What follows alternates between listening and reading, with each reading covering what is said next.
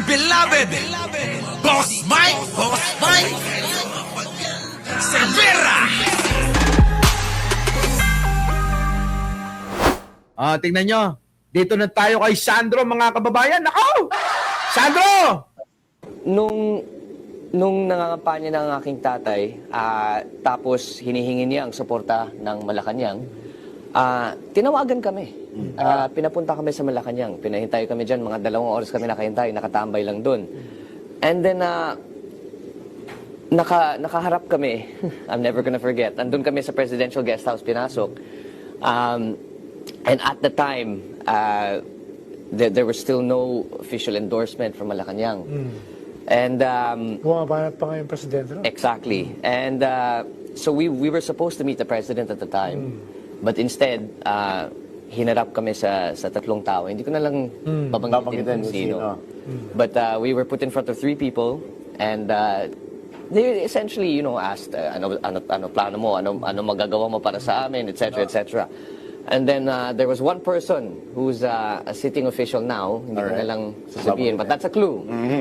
He's a sitting official now. Sinabi niya kay Pangulo na, sige, suportahan ka namin on the condition that kami yung mamimili ng ES, kami yung mamimili ng Speaker, kami mamimili ng Senate President, kami mamimili ng Secretary, basta marami silang hiningi. Marami silang hiningi. I can imagine them saying, And then when we left the palace, tumingin tatay ko sa akin.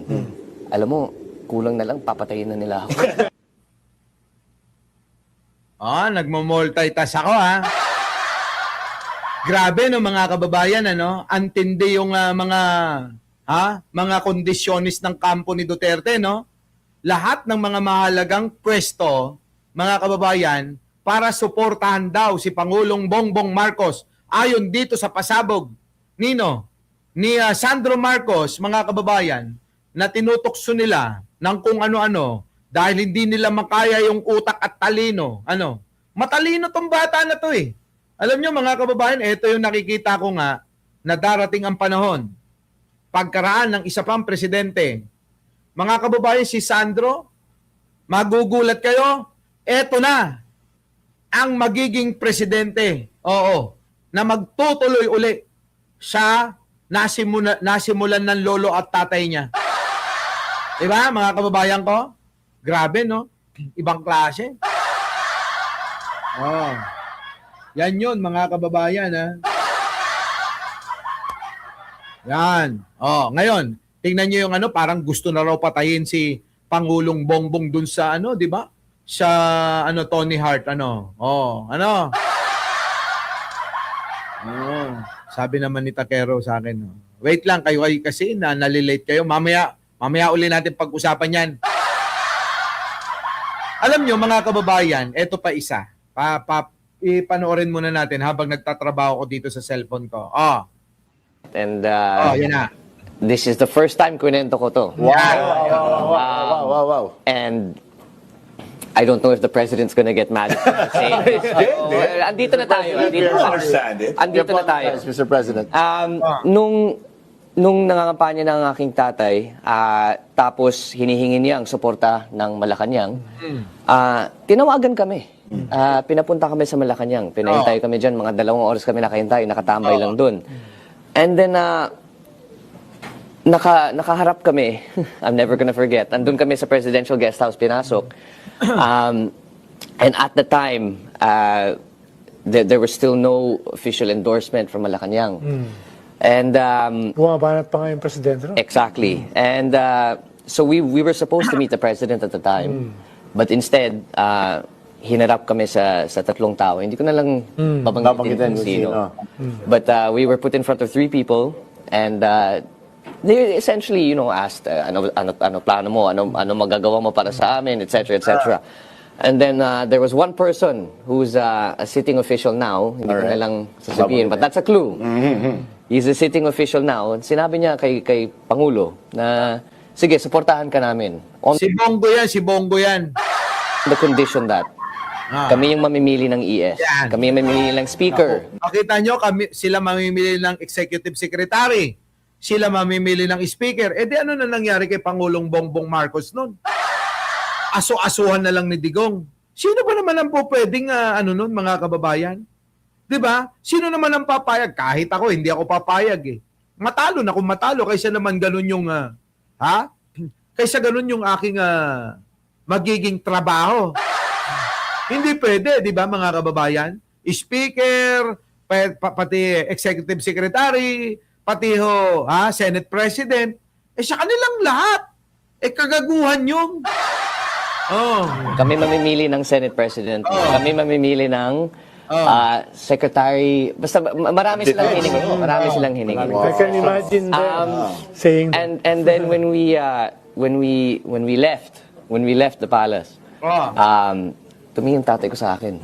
Alam mo, kulang na lang papatayin na nila ako. Ngayon, kung napanood nyo po itong kwento na ito, kung napanood nyo itong buong interview ni Sandro Marcos, i-connecta nyo, Alicia Duran, i-connecta nyo, kayo matatagal na rito, i-connecta nyo yung sinabi ko noon sa mga plano nila na pagpapabagsak kay Pangulong Bongbong. Sabihin yung hindi totoo yun. Ayan, yung mga binanggit ni Sandro Marcos dyan sa interview na sila daw ay mga pababagsakin, kung ano-ano mga sinabi na ibinunyag ni Sandro, parehas na parehas sa kwento ko. Parehas na parehas sa kwento ko. Yan, tugma lahat. Connect na connect. Kaya nga mga kababayan, sinasabi ko sa inyo, bakit ako kailangan gumawa ng kwento? Hindi ako kailanman gagawa ng kwento. Kasi, dadating ang panahon, malalaman ng tao, babagsak ang kredibilidad mo. 'Di ba? Kaya tayo mga kababayan, kita nyo, kahit ilang araw na tayong hindi nagsasalita, Marian Tomas, 'di ba? Napanood ko 'yun. Napanood ko 'yan. Panoorin niyo yung dati kong live. May live ako doon na ibinulgar ko lahat. Kung bakit ako nagbabalik, kung bakit kailangan akong bumalik para kahit papano, kahit katiting, may pagtanggol ko si Pangulo dahil meron akong alam sa nangyayaring ito na hindi ko na mapigil yung sarili ko na hindi sabihin sa inyo. Dahil nakikita ko na nalilin lang na kayo nila Maharlika nun. Nalilin lang na kayo nila Maharlika na mga kababayan na sa mga maling mga fake news nila na sinisira na nila ang Pangulo Alam ko naman yung totoo nun. Yung pagpaplano kung paano pabagsakin, sila Pangulong Bongbong, ganun lahat di ba? PBBM lang malakas. Ewan ko kung naabutan nyo yun yung umpisa ng pagbabalik ko. Yun, doon ko yan nabanggit lahat, mga kababayan. Parang hindi ko kayang atimin sa sarili ko na hindi nyo malaman ang totoo. Ayan, si Sandro na nagpatotoo sa mga sinabi ko. Diba Ted Eusebio? Si Sandro na ang nagpatotoo sa lahat ng mga binanggit ko noon. Diba? Gusto talaga nilang agawin ang kapangyarihan kay Pangulong Bongbong. Yan ang plano ng mga Duterte. Walang kaya nga yung mga nandiyan dyan, sabi ko, ang tatanga talaga kaya lang minsan, hindi ko naman masisi dahil nalin lang sila, kakapanood kay Maharlik at kay Banatbay. Puro kasinungalingan na sinasabi. Ayun, ang nangyari. Naluto mga ulo. Kaya yung mga utak, mga kababayan, gamunggo. Diba? Yan ang sinasabi ko. Pero, eto naman ang akin. Kung inyo naman na babaybayin, yung mga nakalaban sa politika, tulad nila Leni Robredo, tulad nila Isko Moreno, doon mo na makikita na ibang klase itong Pangulo natin ngayon. At maraming napahiya dito kay Isko Moreno. Hindi naman natin sinasabing talagang siya di ba? Siya bumaliktad Hindi po. Ryan Kulit. Yan na nga. GMA 2.0 yan ang format nila. Totoo naman yan. Kaya alam nyo, mga kababayang, pagkakaisipin nyo maigi, tingnan nyo ito, kung paano sila ipinahiya dito. Ako comment ngayon sa social media. Balikan natin ng konti yung politika. One, medyo bumalimbing na daw kayo. Pakinggan nyo, mga kababayan, pakinggan nyo. Dahil dati bumabanat kayo kay Marcos, ngayon tila parang pinopromote daw ninyo. Ano masasabi nyo dito sa mga nagsasabi sa inyong bumalimbing na daw po kayo? Yung balimbing, depende yan. May matamis, may maasim. Nakain nyo na ba yun? Wala akong ganun eh. Action Demokratiko ako eh. At ang tinakbo ko po yung mayor. Noong nagkalaban-laban kami sa pagka-presidente nung araw, may mga bagay na nasabi na. Bagamat yung mga nasabi, ang taong bayan ay nagpasya na. Nakita nyo mga kababayan yung salita ni Isko? Totoo naman eh. Normal naman talaga sa laban, sa politika, tapunan ng putik eh. Pero ang hindi normal, pagkatapos ng eleksyon, talunan ka na, abay, ang ginagawa mo, naninira ka pa eh. Tama, mali? Talo ko. Olats. Olats. No? 31 million voted for him. Correct. Now, if you really believe in democracy, Yan. you Kung naniniwala kayo sa demokrasya, sabi ni Isko, recognize 31 million. kailangan ninyong i-recognize ang 31 million na hindi nagagawa nitong mga bobong mga bulldog na to. Di ba parang pinagsasampal kayo diyan ni Isko?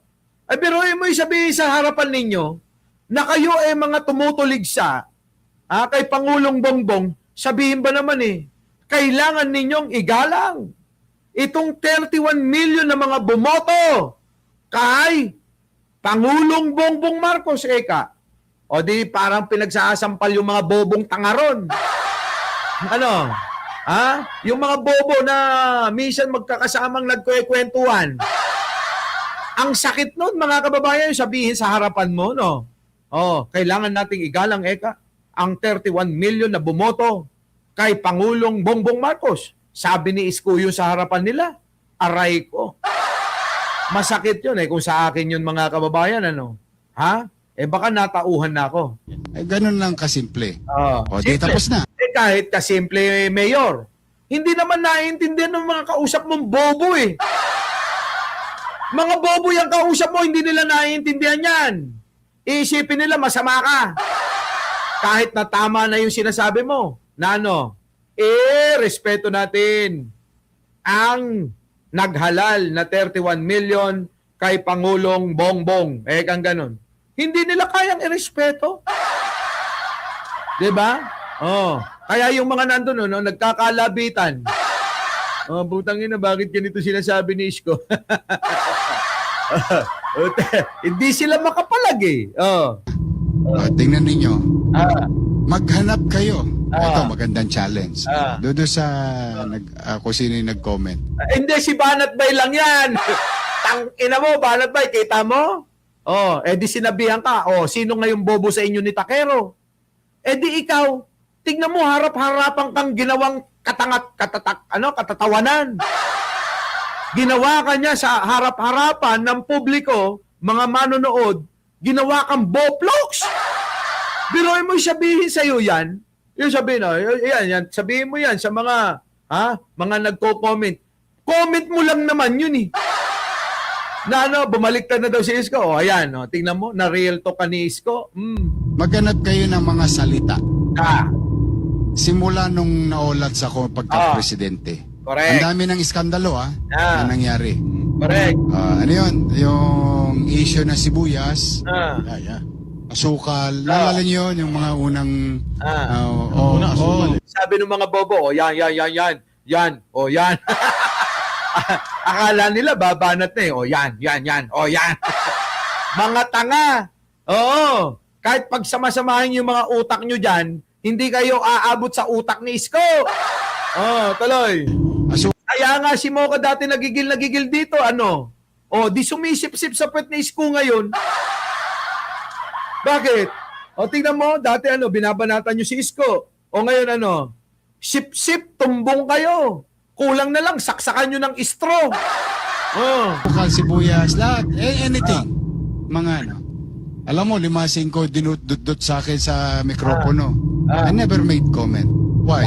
Ginagalang ko yung 31 million na mamamayan bumoto kay President Bongbong Marcos. Yan ang sinasabi ko. O ano ngayon ang pakiramdam nung sinabi sa inyo? Sabi ni Isko, ginagalang ko yung 31 million na bumoto kay Pangulong President Bongbong Marcos na hindi nyo magawa. Parang ganun no? Kulang na lang sabihin na hindi nyo ginagawa. Di ba yung lahat ng mga pangit na mga itsurang, mga bulldog na mga manyakis dyan? Siya binoto Demokrasya yun tapos na ako. Wala kayo narinig. Mangyari ba?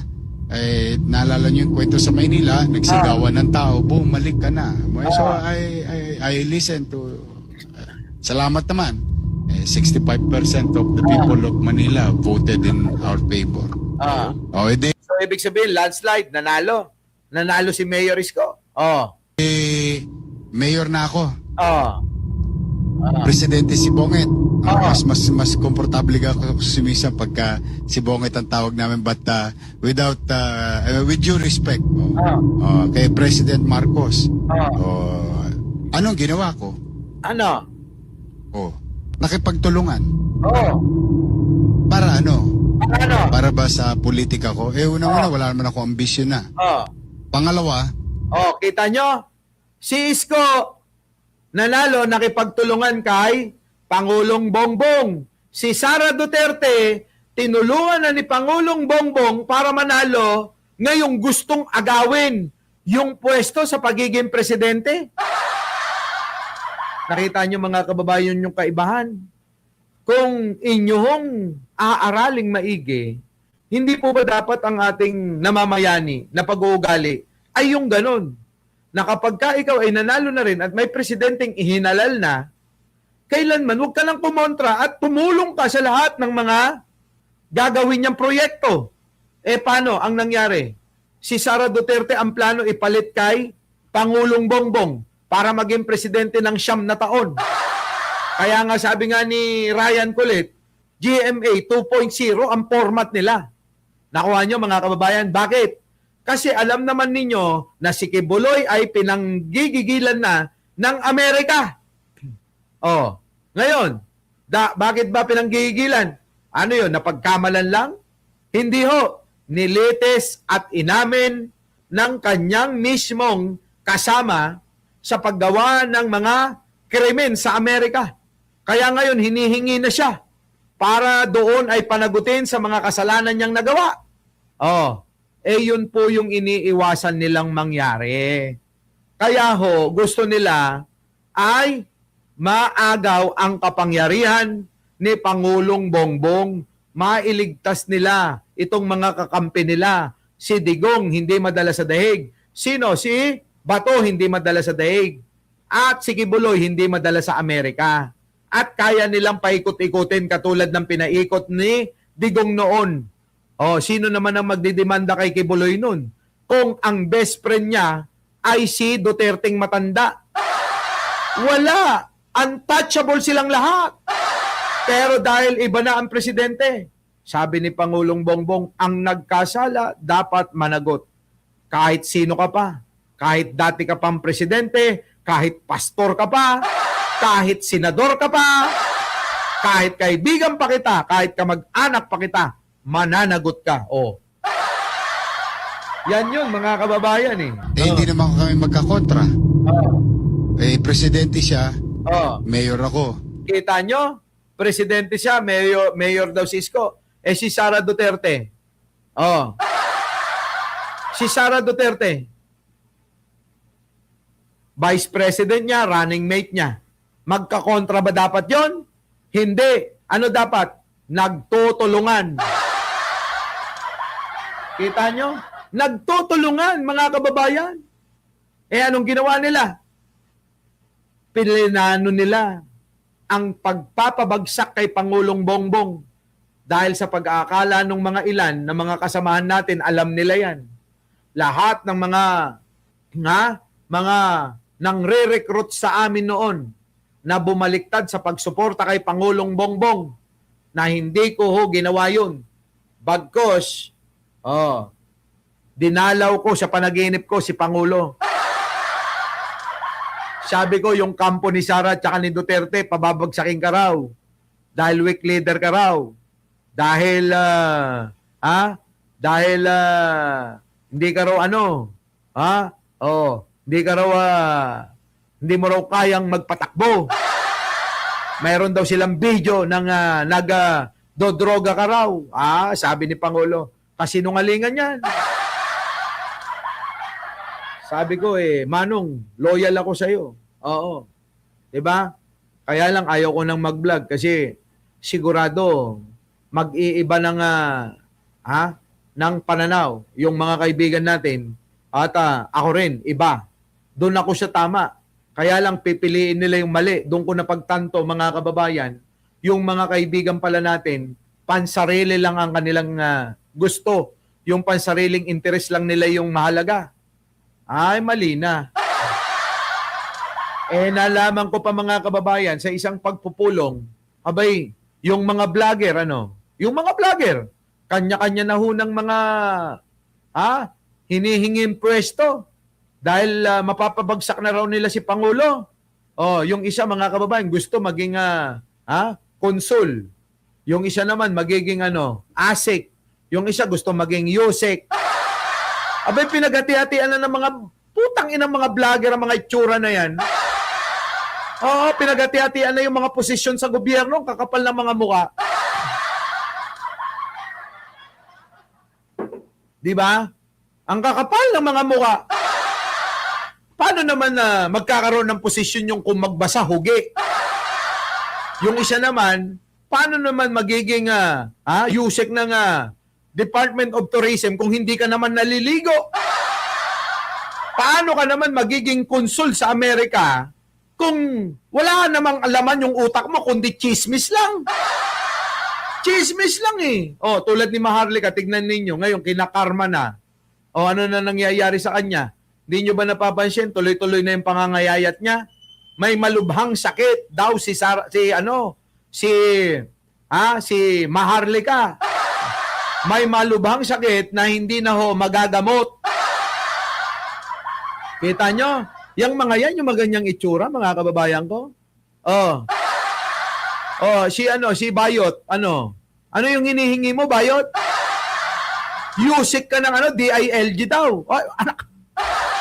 Ang kakapal ng mga mukha talaga. Feeling entitled sila, mga kababayan. Biruin nyo si Bayot Bay, gusto maging Yusik. Diyan sa DILG? Ay, grabe mga kababayan, sino pa? Yung iba naman, gustong maging ambassador, yung bakla.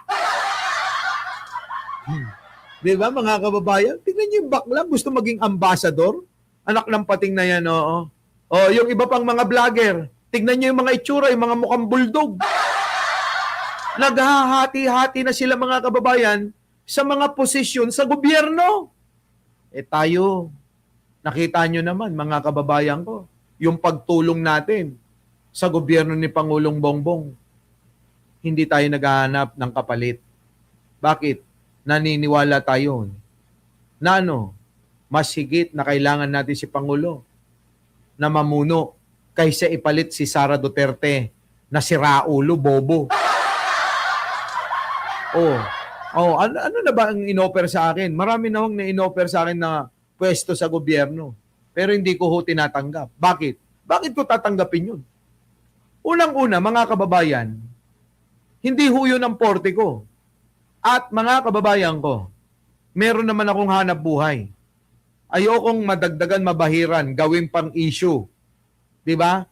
Yung mga naipundar mo, sasabihin ng mga bobot tanga, lalo na't mga inggitera yung mga yan, sasabihin nila, yan lahat ng mga pag-aari na yan ay kinuha sa pera ng gobyerno. Ayoko nang ganun.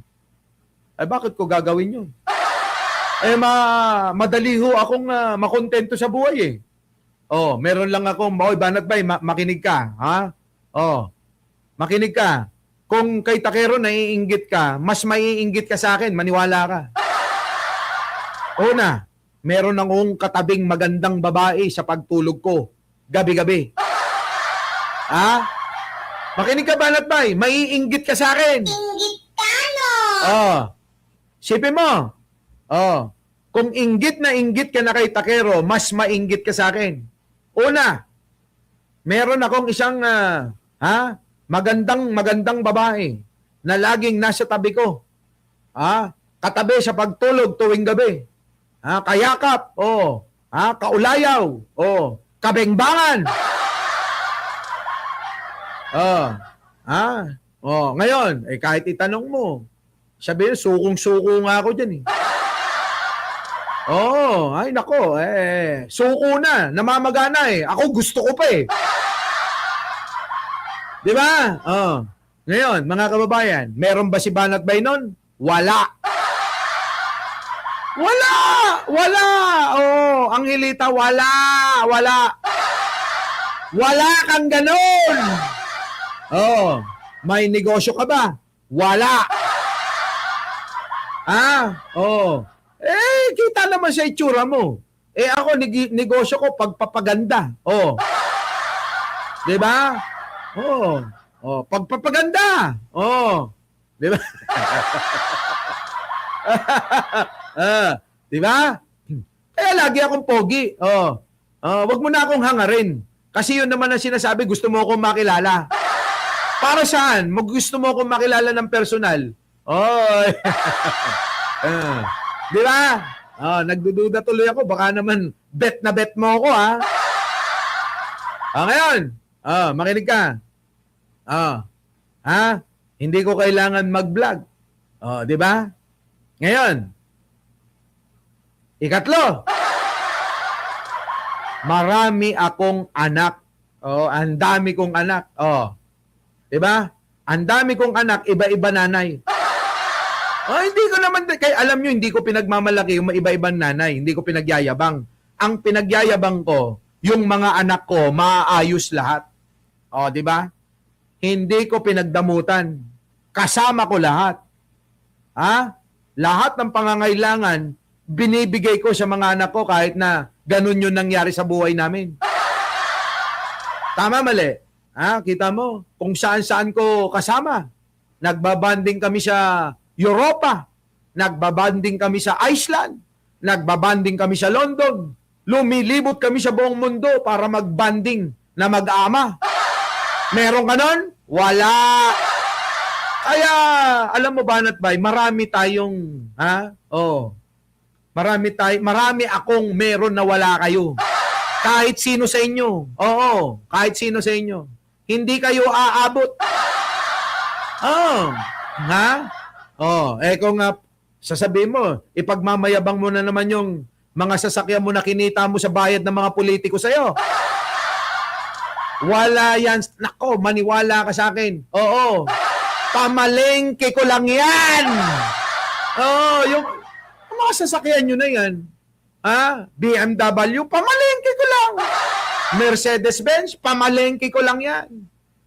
Ano ang personal ko? Kia Pride. Di ba? Wala kayo.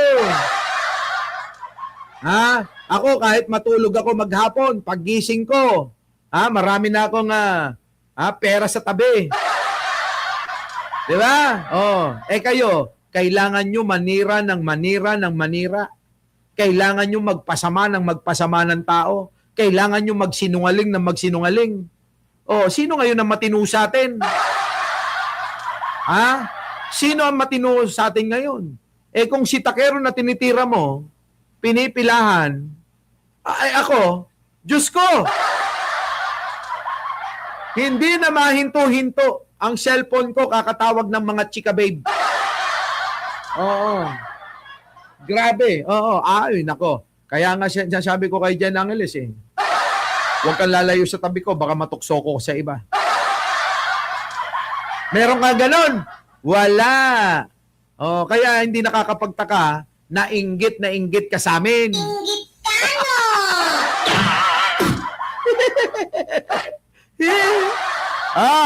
Di ba? Yan ho, mga kababayan. Ay, binasag sila dyan eh. Nino? Ni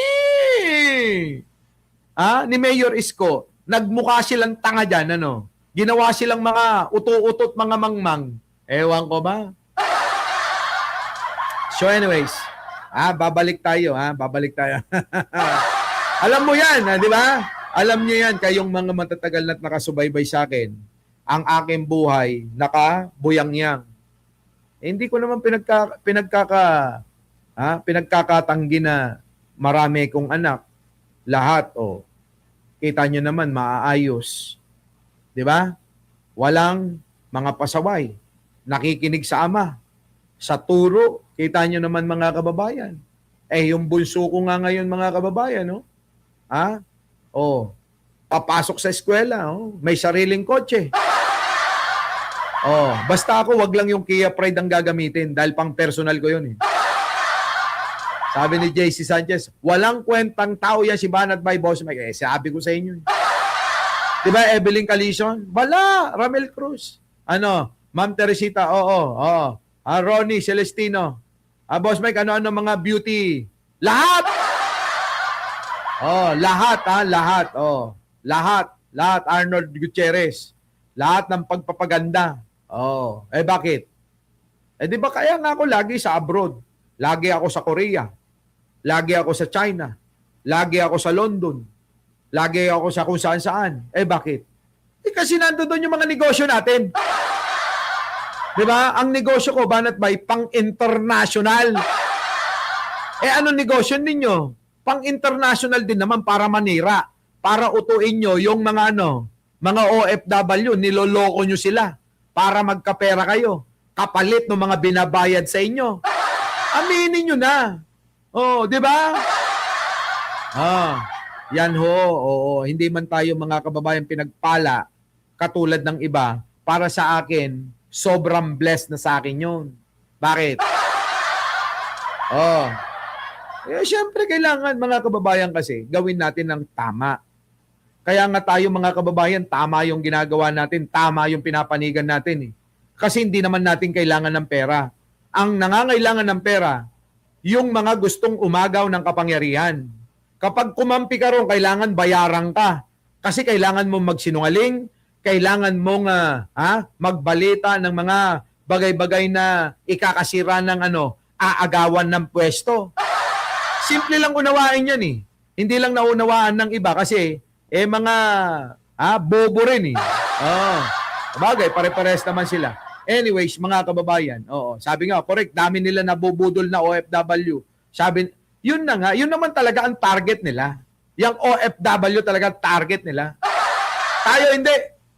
Doon tayo sa totoo, doon tayo sa tama. Piliin natin ang tama at iwaksi ang mali. Labanan ang mga kasinungalingan at ipagtanggol ang lumalaban sa katotohanan. Walang iba, ang Pangulong Bongbong Marcos. Maraming salamat po. Our beloved Boss Mike.